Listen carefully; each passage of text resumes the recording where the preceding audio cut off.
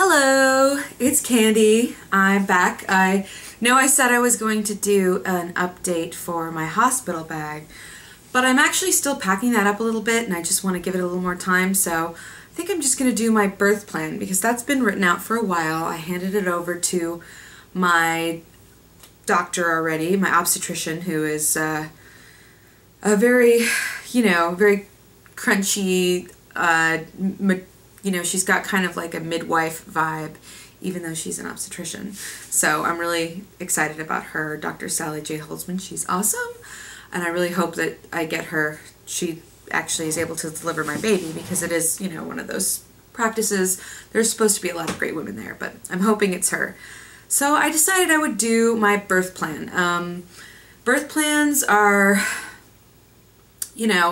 obviously the best laid plans of mice and men. I mean, we can't control everything that happens, but I do think that when you get into an environment, especially, you watch movies like The Business of Being Born and Pregnant in America and, all these movies, hypnobirthing and orgasmic birth, that talk about how women's births are, we're taking our births in our own hands again.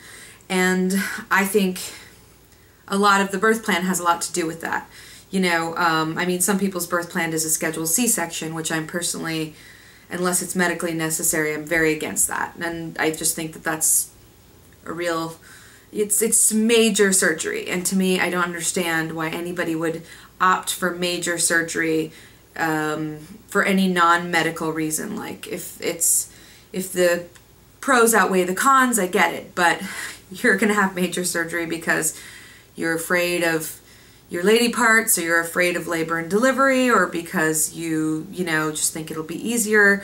There are a lot of things that it can affect in the baby and the mother, and I just don't, and I feel kind of the same about unnecessary inductions. Inductions have kind of become like really common, and a lot of people just have them willy-nilly, and I think some people need to have them. Some people are way overdue, and there are instances, but I think a lot of them are unnecessary, are just done for scheduling purposes or out of impatience or what have you.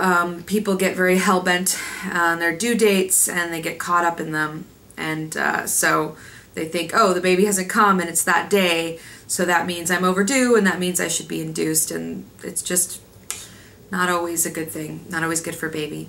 So here is my birth plan. Everybody's is different. Everybody, I don't want anyone to jump down my throat or get upset if you're planning your inductions, planning your scheduled C-sections. It's certainly your choice, but I definitely don't agree with it. I personally have this is my birth plan, and I'm going to go over it. I'm actually going to have a little cheat sheet here to help me out. Okay, my goal is to have as natural birth as possible with very few interruptions. So I don't really want any unnecessary interruptions.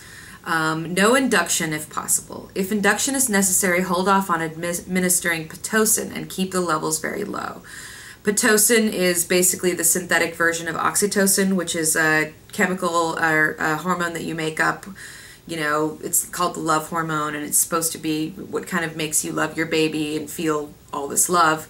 But it makes the contractions incredibly intense. It tends to distress the babies, and oftentimes it can lead to, not only will you definitely need an epidural if you're planning on trying to not get one because the contractions are so intense for you, but it can distress the baby a lot of times, and then the baby gets distressed and they have to use the vacuum or the forceps, or they have to use, they have to have a C-section because the baby's in distress, and it's definitely not something that I think that you want to use willy-nilly. That said, I know a lot of people end up having to use it and it becomes a necessity, so I'm open to it in that, in those very necessary cases, like if your water breaks and if you have to get things going, what have you, but I'm really hoping to avoid it if I can. I talked to my doctor initially. I was against any of it, like membrane sweeps and them breaking the bag of waters, but she did say that in lieu of Pitocin, those things are sometimes better steps to take. So I don't want those things to occur willy-nilly, but at the same time, if it looks like I'm going to need an induction, I'd rather try those things than I would go straight to Pitocin. So that's my thing. I'm going to hold off on administering it, and keeping the levels low is important because I think some people really crank it up, and I think it's important to keep the levels low. I'd like my husband, and as only my husband, and as few medical personnel as possible in the room with me. I don't want to be surrounded by students and, you know, crazy nurses and crazy people. I'm delivering at an excellent hospital and I feel pretty good about that, so I don't think that it's really going to be an issue for me. But at the same time, you never know. I'm just going to move over here because I see that jacket in the back. You never know. So I'm, you know, really trying to make sure that that's not going to be the case. I'm not going to have a bunch of random strangers in when I'm going to labor and when I'm delivering my child. So I feel comfortable expressing myself and, you know, just doing what I need to do for my labor. Okay. I would like a water birth in the birthing pool if possible. I'm signed up for it. I registered for a water birth, but in some cases you just can't have them. They're just, you know, there are circumstances where a water birth won't work and you have to be dilated, I think, to 4 centimeters or something like that. You have to be further along because otherwise getting in the tub can really, you know, delay things. That said, I've watched a lot of water births. I've read a lot about them. I think they're beautiful and such a great way to avoid an epidural if you can, which I'm really going to try. I'm not going to make any promises, but I'm going to try. And a really great, soothing, wonderful way to bring a baby into the world. So we'll see. Hopefully I can manage my pain with that and have a beautiful experience. I know my obstetrician said she's had a few really gorgeous water births lately.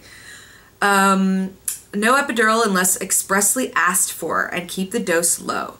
So they usually give you a way to control the dosage, but sometimes they just kind of do it their own, and I just wanted to make sure that was in there, that I don't want epidurals being thrown at me because I'm going to be very vulnerable and probably more likely to want that epidural than in other cases. So I'm asking that the epidural be something that I have to ask for, and I'm also having my husband really try to be, you know, my cheerleader and keeping me from taking the epidural unless I get to a point where I'm exhausted. Some people, the level of exhaustion, there are just certain cases when I think an epidural is the best option because you're not going to dilate properly, you're not going to relax properly if you're just having a really hard labor, a really long labor. And I know a lot of people have had them, and though it's not the way I want to go, you know, if I don't have to, I can see how people want them and how they help, you know. And we'll just see what happens. We'll see how that goes.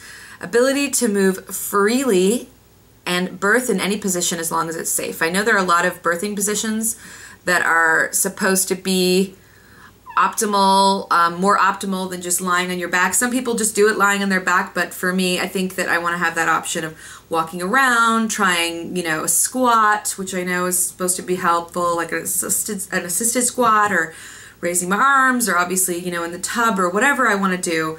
And unless I'm having a difficult birth, or there are certain things, then I really want that option to be something that it's important to me. So I don't want them to just hook me up to things and put me in a bed.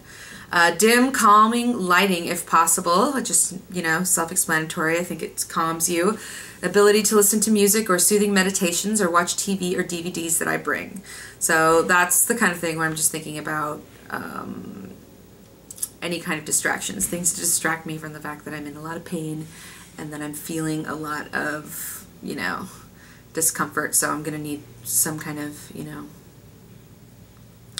some kind of coping mechanism.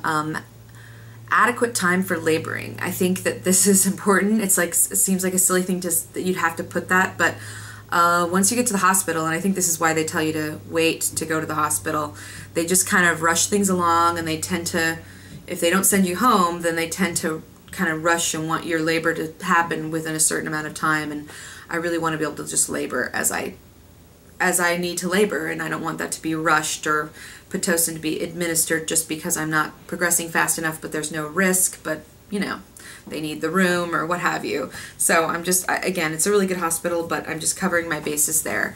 No use of vacuums, forceps, or C-section without speaking to myself and my husband unless it's a life-threatening emergency. And this is an important one, especially with the C-section. I just want to make sure that I understand why I'm being taken to those steps if it's necessary. And then if it's necessary, it is. But I want to understand why and make sure that I have a vote on that, because I don't want it to be like, again, a thing being rushed through. Please try to avoid an episiotomy if possible. Episiotomies used to be, you know, standard. Now they don't do them always. They say sometimes they can exacerbate a tear, and a natural tear can just be a better thing. So that said, sometimes you just have to do an episiotomy because the baby's in the birth canal and you need to cut it open. So I understand in that case, but I really like to avoid it if possible, and I'd like my doctors and nurses to be aware of that. Please wait at least 3 minutes to cut the cord after the birth, and then let my husband cut the cord. The 3 minutes is the cord pulsates, and they actually at my hospital now have a policy where they always wait those 3 minutes. So that's in there, but it doesn't seem like it's going to be necessary. I would like immediate skin-to-skin contact and breastfeeding after the baby's birth, even in the event of a C-section. So it's important to me. I heard about like that golden hour, that, you know, skin-to-skin is so necessary.